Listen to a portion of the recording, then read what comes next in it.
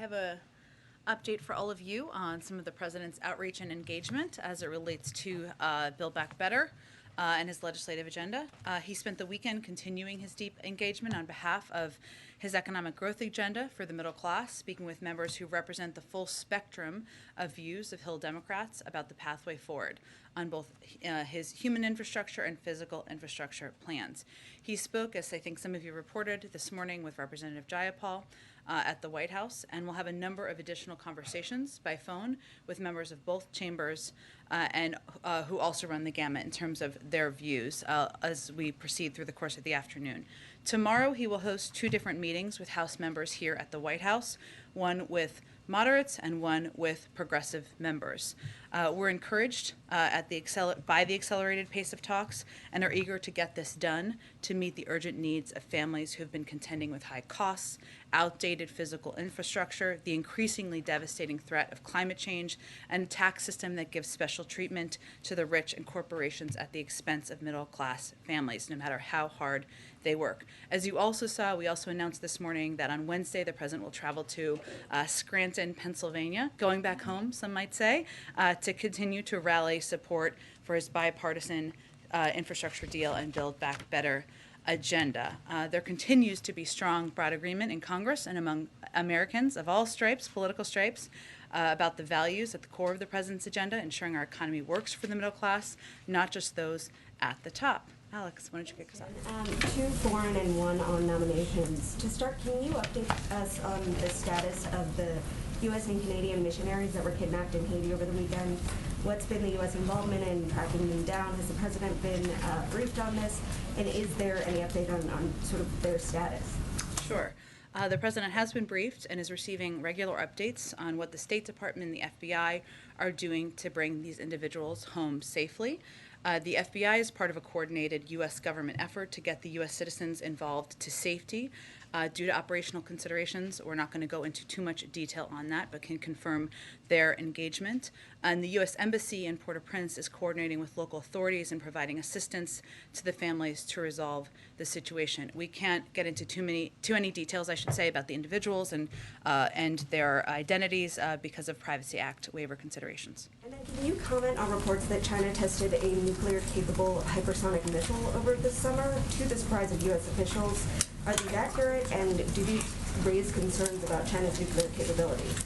Well, I know Secretary Austin, I should say, was asked this question this morning and addressed it, but I'm not going to comment on the specific report. I can say and would echo what he said, which is generally speaking, we've made clear our concern about the military capabilities that the PRC continues to pursue.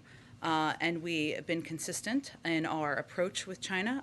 We welcome stiff competition, but we do not want that competition to veer into conflict, and that is certainly what we convey privately as well. And then on nominees, the Biden administration at this point has a smaller percentage of nominees confirmed than his recent predecessors. What do you make of this? Who's to blame? I mean, is this the fault of the Senate, or is this in part because you have been focused on the COVID response and the Build Back Better agenda? And is there a concern that this will affect government at this point? We are concerned about the obstruction of our nominees, and while we have made progress over the course of the last several months, back to the transition even of putting forward qualified nominees to serve in key and vital positions across government, there have been unprecedented delays, obstruction, holds on qualified individuals from Republicans in the Senate. What is also true, if you look historically, and we can get you some numbers on this after the briefing to give this to you in more data specifics, is that many of our nominees, a huge number of our nominees, pass with overwhelming majorities of Democrats and Republicans. They can be voted through by unanimous consent. You don't need to use all of the hours on the floor to get it done. Yet, there has been time after time obstruction that has prevented qualified nominees from being in vital positions, whether it's in the national security roles, in the Defense Department, the State Department, where we've seen ambassadors held for weeks and months at times, or even our economic nominees who are unquestionably qualified but have been unable to move forward and serve in these positions. So I would say that the blame is clear. It is frustrating. It is something that we wish would move forward more quickly, and there is historical precedent, of course, of moving these forward through a faster process. Go ahead. Thanks, Jen. I just want to see if you can elaborate a little bit on something you just said, that you're encouraged by the accelerated pace of talks on infrastructure. What changed? Is there something that's different now? The president is certainly feeling an urgency to move things forward, to get things done. I think you've seen that urgency echoed by members on the Hill who agree that time is not unending here, and we are eager to move forward with a unified path to deliver for the American people. Does the sense of urgency have anything to do with the president's trip coming up in just a matter of 8 working days? Does he feel the need to get this wrapped before he leaves? The good news is that there are phones and video conference capabilities overseas for every president and individual, so I'm not here to set new deadlines or timelines. But it is also true that we have been at this for some time. The president proposed these plans back in the spring. He has participated in dozens and dozens of calls, of meetings, of engagements with members to hear their viewpoints, to understand where they're coming from, to reach consensus. And we are at a point where we feel an urgency to move things forward, and the pickup of meetings is a reflection of that. Just quickly on voting rights, I just wanted to get your reaction to the president of the NAACP, who's on the record saying that the administration's lack of urgency on this issue is, quote, appalling. He says the lack of priority on this issue will be the undoing of the legacy for this president.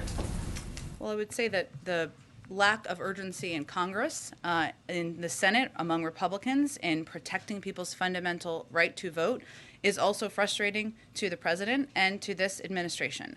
The United States Senate needs to act to protect the sacred right to vote, which is under unrelenting assault. No question. We agree with leaders from the NAACP and other activists who have expressed that concern. It's under unprecedented assault by proponents of the big lie. And Republican legislatures, state legislatures across the country. It is urgent. Senate Democrats have been working hard to draft legislation that I would note includes traditionally bipartisan provisions, protecting people's fundamental right, making it easier and more accessible to vote. I'd also note the president will be engaging in a couple of calls, in addition to these Build Back Better calls, with members, which will provide a readout to all of you on this afternoon about the voting rights legislation that will be put forward. But I would say that right now, the question for us, and I bet you we share this view with a number of civil rights leaders, is for Senate Republicans and what kind of leaders they want to be. Are they going to play a role in making it easier and more accessible to vote? Are they going to protect this fundamental right? Or are they going to continue to be obstreperous, to use a word the president has used in the past, and put Democrats in a position where there is no alternative but to find another path forward? So it's really up to them. These are bipartisan proposals that have had bipartisan support. We're talking about people's fundamental rights. Go ahead.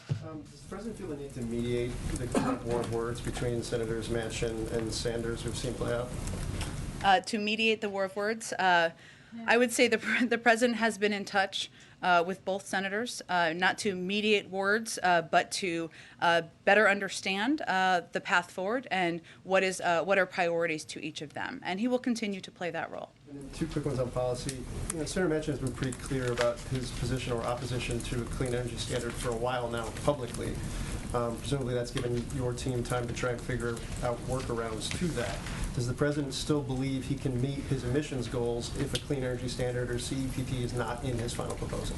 Well, President Biden has been clear about what he supports. 100% clean power by 2035 is a goal he committed to over a year ago. As you all know, that's why I think you're asking about it, and he remains committed to it. The good news is there are a range of good ideas and proposals out there from members of Congress about how this legislation can help meet that goal. And there's no question in our minds. There's important debating right now happening about what the components of the climate proposals will be in these packages, that these packages will have a historic impact on addressing our climate crisis. I'd also note, can I say one more thing? I'd also note that the president also has not waited for legislation. He has led the shift toward electric vehicles. There are components in these packages that also will help move that forward.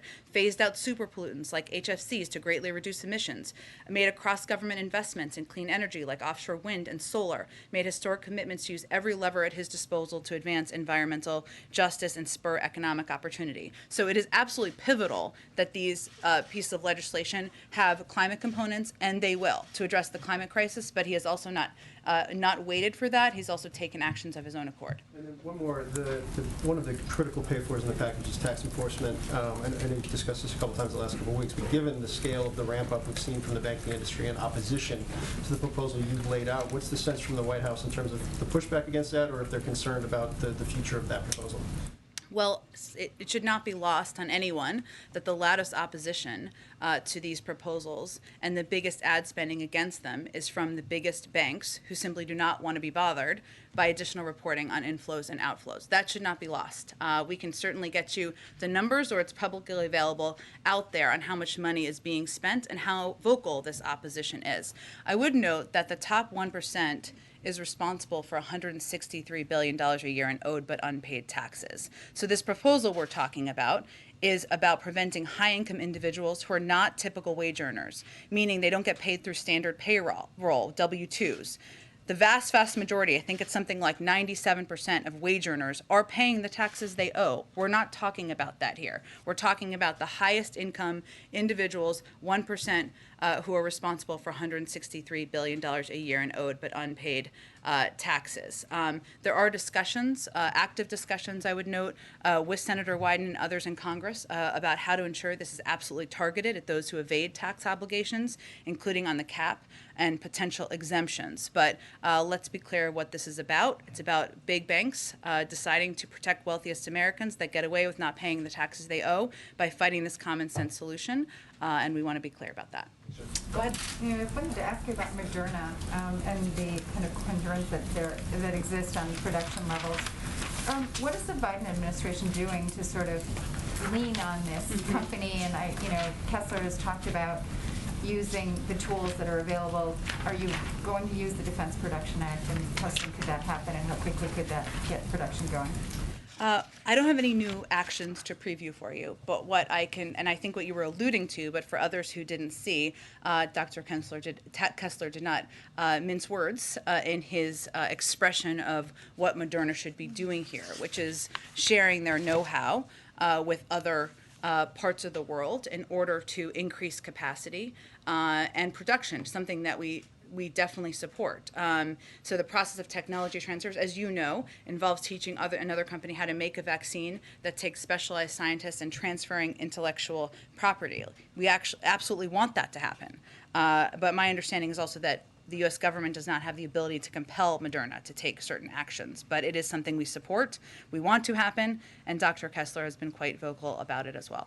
Is the president going to get involved in this discussion in any way in terms of maybe reaching out to the CEO? He's had conversations with other CEOs, of course. I don't have anything to preview on that front. I think there had been some questions, which is why I mentioned that we don't have the legal ability to compel. That doesn't change regardless of who's having the conversation, but certainly we have been pretty crystal clear about what we'd like to see happen here. Let me just follow up on that. The Defense Production Act does give you certain tools. Have you ruled out using it in this case? I'm not here to announce, preview, or rule out anything, but just to convey that our position continues to be that we would like to see them share their know-how to address this global pandemic. Can I just ask on the nominations question? Yeah. You mentioned the economic nominees, too. Yeah. To what extent does it hurt you that you don't have key Treasury nominees in place to help you as you're addressing these questions that we're discussing now in terms of the economic impact of the measures that are in the legislation? You mean in implementing measures once they're passed into law? Right. I mean, you don't have the assistant secretary for legislative affairs. You don't. Right. There are certain people for policy. The sort of key policy makers at Treasury who would be advising Secretary Yellen are not in place. Does it hurt you in your effort to move forward? Well, Andre, I think there's no question first that there are career employees in every agency, including the Department of Treasury, who have vast experience and play vital roles at this moment in time. It is also true that the preference of any president is to have the individuals they've nominated, qualified individuals who have unquestionable credentials serving in these roles. That is the preference. That does make things easier. Then that is what we would like to see moving forward. Go ahead. Thank you, Jen. There is a mask requirement inside D.C. restaurants, yet President Biden and the First Lady were not wearing masks while walking around a D.C. restaurant on Saturday. Why?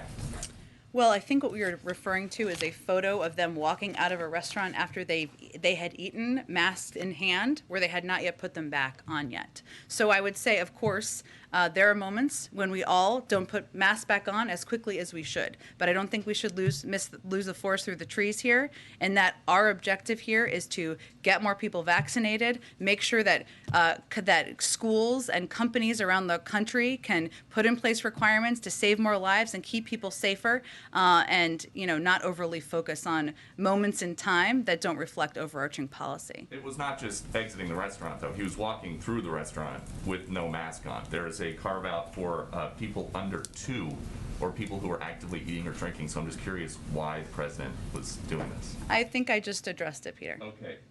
Why did the president break his promise not to enter into any decisions about what cases the Justice Department should bring and not bring? How did he break his promise? Well, he was asked if the DOJ should prosecute people who defied January 6th committee subpoenas, and he did not say, I will let the Justice Department decide. He said, yes. Well, let me reiterate, and I put out a statement also on Friday night on this, where I conveyed clearly that, one, the president continues to believe that January 6th was one of the darkest days in our democracy. He also continues to believe that the Department of Justice has the purview and the independence to make decisions about prosecutions. And that continues to be his view, and that continues to be how he will govern. You say that is his view, but that is not what he said. I just conveyed what his view is, and that is also how he has operated, how he has governed, and how he will continue to govern. And I think that's what's important for people to watch. So then what's changed since last year when he said, I will not do what this president, former President Trump does, and use the Justice Department as my vehicle to insist that something happened? Well, since you give me the opportunity here, former President Trump used his office to incite an insurrection. He put political pressure on senior DOJ officials to propagate lies about the election to the point where they threatened to resign en masse. I think there's hardly a comparison there. But he said, President Biden said, the Justice Department in my administration will be totally independent of me. And he said he would not enter into any decisions about what cases the agency would bring and not bring. How is that not exactly and what he he's has doing? not, and he will not. And So criminal you asked him prosecutions about prosecutions, are their and he said sole he wants it to purview. happen. Criminal prosecutions are the sole purview of the Department of Justice. That is the president's position. That is what he nominated the Attorney General to operate under. That is exactly what the Attorney General is doing, and those are the actions that people can watch from this administration. As the public reflects on the life of Colin Powell and his public service, people are also now aware that he had a breakthrough case of COVID in addition to cancer and had some vulnerabilities. Because he was fully vaccinated and got COVID that took his life, any concerns about how that will be interpreted publicly, or how does that affect the message from the White House about the importance of vaccinations? Well, as people saw in the statement issued by the president, a very personal statement about his personal relationship, this is obviously a heartbreaking tragedy for the country, and one the president is feeling personally. There are extremely rare cases of deaths or hospitalizations among fully vaccinated individuals. That has been the case even before the death of Colin Powell, especially among older people over a certain age, and people who have underlying health issues or people who are battling other diseases. That has been the case. It is also the case, and this is important for people to know and understand out there who are concerned, that an unvaccinated person has a more than 10 times greater risk of dying from COVID-19 compared to a fully vaccinated person. So there's no question that vaccination, that taking precautions can save lives. It is still true, and this raised that, certainly the death of Colin Powell, that underlying health issues, fighting other diseases, is something that can lead to greater risk. And the administration on the issue of the Texas abortion law is seeking redress from the U.S. Supreme Court. Can you speak to that? Well, as we've spoken to a few times, and including in statements from the president, he continues to believe that Roe v. Wade is the law of the land. He supports efforts to codify Roe v. Wade, and he is going to fight efforts. Obviously, the Department of Justice will be in the lead on that, against efforts to prevent women from having access to fundamental rights that they should have to protect their own health and make decisions about their own health. Go ahead, Risha. Thank you, Jen. Just a couple follow-ups and then a couple Sure. of questions on Haiti. Is there anything you can share about the president's last interaction with General Powell, whether they spoke on the phone, in person? Yeah, that's a good question, Risha. Let me, I should have asked that question. I haven't, so let me see if I can get some more color for all of you on that. Thank you. And then to follow up on what Peter was asking, just to be clear, does the president believe people who defy subpoenas should be criminally prosecuted or not? It's up to the purview of the Department of Justice to make that decision. When he was asked that very question on Friday, he said yes.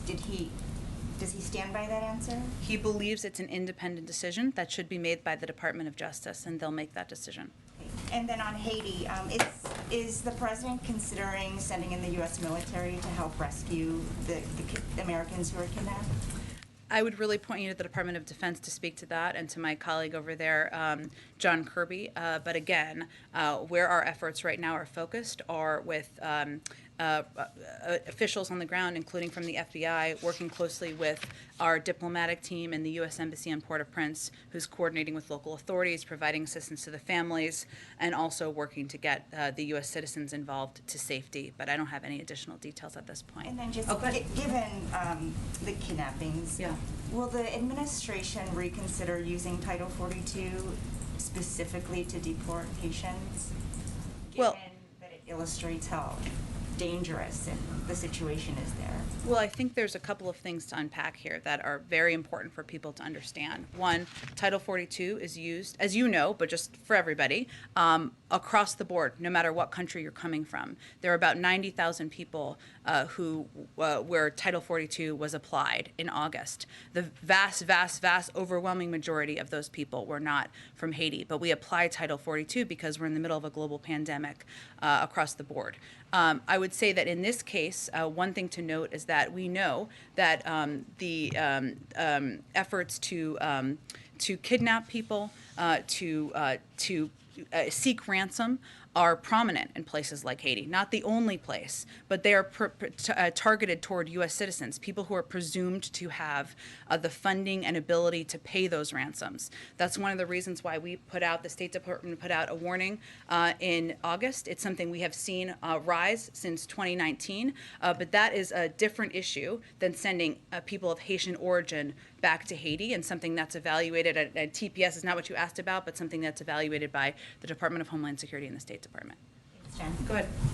Thanks. I wanted to ask about another marker that Senator Manchin has kind of put out, which is that he wants to cap the child tax credit to families making under $60,000 a year and add a work requirement. I know that you've said previously that the White House is okay with some means testing of these programs, that you don't want to negotiate from the podium. That being said, this represents what would be a pretty dramatic scaling back of what's been a signature part of the president's legislative accomplishments so far, and something that he and the vice president have touted pretty publicly. So to echo Phil's question on climate in some way, is this within the realm of possibility? How do you guys react to Senator Manchin kind of throwing down this marker? Well, I'm not going to react directly to Senator Manchin's point of view, because that's not particularly advantageous at this point in the negotiations. But I will say the president proposed an extension in the child tax credit because he feels that it is something that can not only help families make ends meet, it can help bring more women back into the workforce, and it is a vital part of his proposed packages. He has also, in the past, supported and continues to be open to supporting what can be called means testing or can be called caps on income, and there are a range being discussed, but I'm not going to speak to it further than that. OPEC failed to meet its output targets for September. You have sort of spoken about, with some amount of pride, that the White House was able to get those enhanced production levels, and now we're seeing that they're not hitting them. I know that you're not a member of OPEC, but we also know that... Not me personally, not the United States. Neither one. Either. Unless you have vast oil reserves that we're not aware of. No, a very interesting part of my bio. I'm not. But the U.S. obviously can exert sort Yeah. of major influence here. So with having missed this mark, are you trying to do more? Can you do more?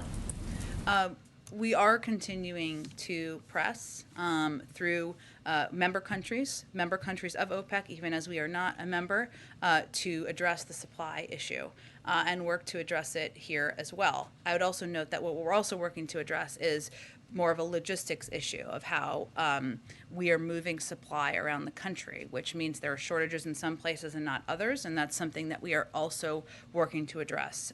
We are certainly well aware of the impact on any increase in gasoline prices or any cost on the American people, and we're going to continue to use every lever at our disposal.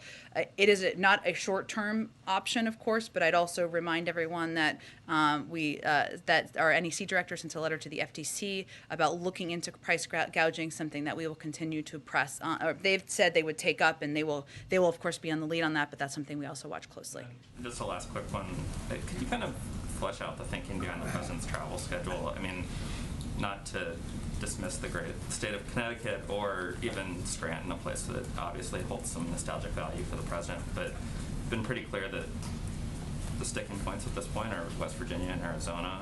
We saw play out with Bernie Sanders that Joe Manchin doesn't necessarily like people coming into West Virginia and telling them what they think they should do, but why hasn't the president focused more of his attention on those states, particularly with his travels? He tries to make the case for his agenda.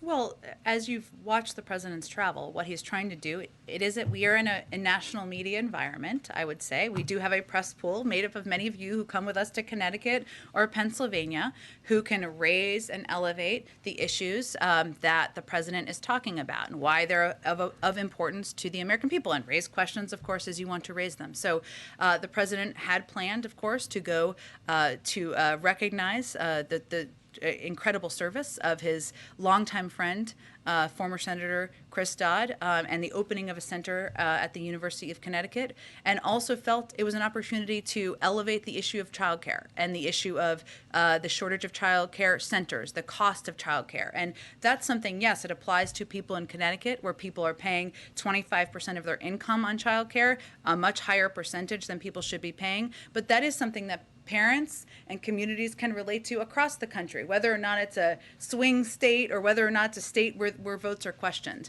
And Pennsylvania is certainly a state, as you know, close to the president's heart, but one where he has the opportunity to elevate some components of his Build Back Better agenda, of the infrastructure package, to explain to the public why these are important issues he's fighting for. So I think it's all through the prism of what's most constructive, but we recognize people like what's in there, they don't know what's in there, and he's going to be out there doing more of it.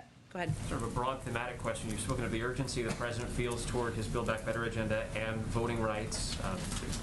People in the country who believe that the administration is not strongly enough pushing for immigration reform. Mm-hmm. What's this White House's message to those people who are now directing their criticism toward the president directly and saying he's responsible for the fact that 9 months in we haven't seen action on these matters? And how does the president internalize that criticism? Does he feel it's misdirected toward him?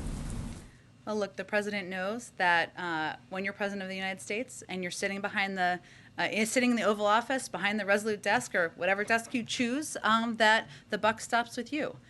He also knows, having served 36 years in the Senate, that you need partnership in Congress to get bills passed. And that's the only way to make permanent change happen. So while he has taken action, executive actions, in a lot of these areas to put in place positive change, whether it's voting rights, whether it's doing more to have a more humane immigration system, in order to have fundamental change that is going to make people's lives better, that is going to fix broken systems, you need Congress to act. That's how our system is set up historically. We've seen on immigration, of course, 2 attempts to move things through the parliamentarian. The president's support in legislation has supported those efforts, and he's going to continue to work with Congress to get that done. And on voting rights, again, I'd reiterate what I said a few minutes ago. The president is going to be engaged with Democrats and a range of members about the vote that's happening this week. It is something he believes believes it's a fundamental right, and his view is this question is really now on Republicans and what role they're going to play in history. And that's what he would tell people. I guess my question is, does he feel that the criticism of him is unfair? I don't think he has the luxury of analyzing the fairness or unfairness of criticism. Go ahead. Thanks. I know that we mentioned climate earlier, talked about climate earlier. I was wondering, though, when it comes to the clean energy performance plan, if that is not in the Build Back Better plan reconciliation bill, if that is not in there, how can the U.S. meet the climate goals that the president has set out? Well, I'm not going to speculate what's in or out as the negotiations are continuing. What I alluded to earlier is the fact that there are a range of climate ideas and proposals that are out there, both from what the president has proposed and also other ideas proposed by members of Congress, Democrats in Congress, about how to help address the climate crisis. And there's no question that whatever lands in the bill, it will be have a historic impact on addressing the climate crisis. But I also touched on a number of the steps that he's taken through his own executive actions and leadership to address the climate crisis. And we remain confident about our ability to meet the goal.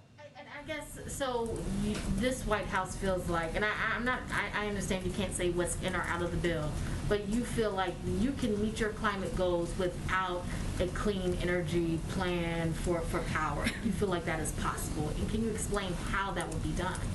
Again, there's a range of proposals out there. As these proposals move forward, we'll continue to have a discussion about this. But we are confident that these packages will have an enormous impact on addressing the climate crisis. There are a range of ideas out there that have a great deal of support in Congress to do exactly that. And there are also a range, but I'm not going to outline those from here while these negotiations are ongoing. But we remain confident in our ability to reach our goal. Like when it comes to the idea of means testing, talking to a lot of experts on inequity and economic inequality, one of the concerns that they have with means testing is that you could lock in some of this inequality that the White House has said it is so concerned about, and that they feel like means testing really can lock out people who really need help. And really not allow the changes that this White House has said are needed. How does the White House respond to that when people say that means testing is not the way to deal with these type of economic inequalities and inequities? Well, means testing, I think, always has a bad connotation. And what we're really talking about here is a cap on income. So we're talking about targeting and focusing the president's proposals in some areas on people who need help the most under a certain income, and not providing this aid, assistance, whatever it may be, to people who are in higher income brackets who may not need that assistance. So it is actually about protecting, saving, ensuring that assistance and that tax cuts and that a little bit more breathing room is given to the people who need it and not the people who need it less. But does that put more administrative burden on how these programs are implemented when you do means testing?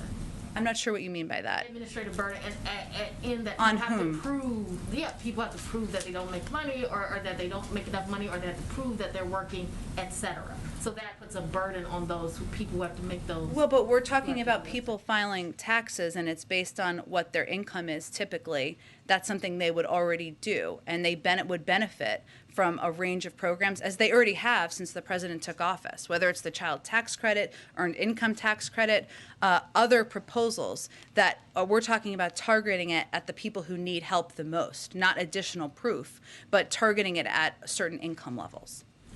Go ahead. Thank you, Jen. Just two quick questions. The first, you had alluded a minute ago to the press pool traveling with the president to Connecticut and later this week, Scranton. In a week and a half, he's going to the Vatican. And I wonder if the White House can commit to that meeting with the Pope, which is a historic meeting, being public, or that the press pool will have access to that. Well, I would first say that when we visit another country, often it is the conditions or of what that country or what that entity proposes. And we always work for more access. We always fight for more access as we travel around the world, as you know. In terms of the specific press access for the Vatican, I don't have any updates for you on that. And secondly, there's been a couple questions from my colleagues about Senator Manchin and markers that he has laid down. which he's done publicly. Senator Sinema, who's also a crucial person in this dialogue, has done... All members are crucial, I think they'd argue. She's done a little bit less of that publicly. There's been some consternation as to what her wishes and demands are in this. Does the White House have a good understanding of that? And if so, is it sharing that with congressional Democrats? There are a range of conversations happening behind the scenes. I'll let these senators outline their proposals, what they support and don't support themselves. But on the White House side, do you guys know what she's wanting to be in or out of the bill? Again, we'll let them all speak for themselves. I'm not going to confirm or give more details from here on their positions. So DHS announced that they're bolstering their intelligence to better gather information and to monitor and predict migrants coming from South America and Central America. Why is this happening now, and why wasn't it in place already? So, I'm not actually sure what you're referring to. I'd have to dig into it further. Is it a specific program or? Yeah, so NBC News reported earlier today that, they're building an intelligence gathering sort of cell, which DHS has confirmed to me as well that they are doing, to help better monitor and predict migrants that are coming, that could, help DHS get resources to the border if they see migrants coming, could also help with messaging to combat whatever messaging that is happening in that country. I guess, what kind of spurred that, and what are the goals for that? I think the Department of Homeland Security would really have all the details on this. I'm happy to check with them or connect you with the right person over there for more details, but it's really under their purview. And one question, I guess, with this kind of bolstering of intelligence, especially, in South America where we saw many of the Haitian migrants coming from, I guess, how does this affect, the White House, the Biden administration's goal to address root causes, which has been mostly focused in Central America? Well, let me get more details on this exact program, and we can talk more about it tomorrow or offline or what have you, and I can connect you to someone at DHS too. Go ahead, Karen. Thanks, Jen. The president was asked Friday night by ABC if he supported term limits for the Supreme Court, and he said no. He has said that before. He talked about that during the campaign season. But that appears to be the area in that draft report, the materials last week, that has, agreement, bipartisan agreement. Why is he ruling that out now before getting the final report in a couple weeks? As you know, he hasn't reviewed the final report, which again is an assessment. It's not recommendations. Obviously, you all have seen the draft out there, and there was a public meeting on Friday to discuss. So I think it's more reflection that his position hasn't changed. He hasn't reviewed the report yet, and I'm sure when he does, we'll have more to say.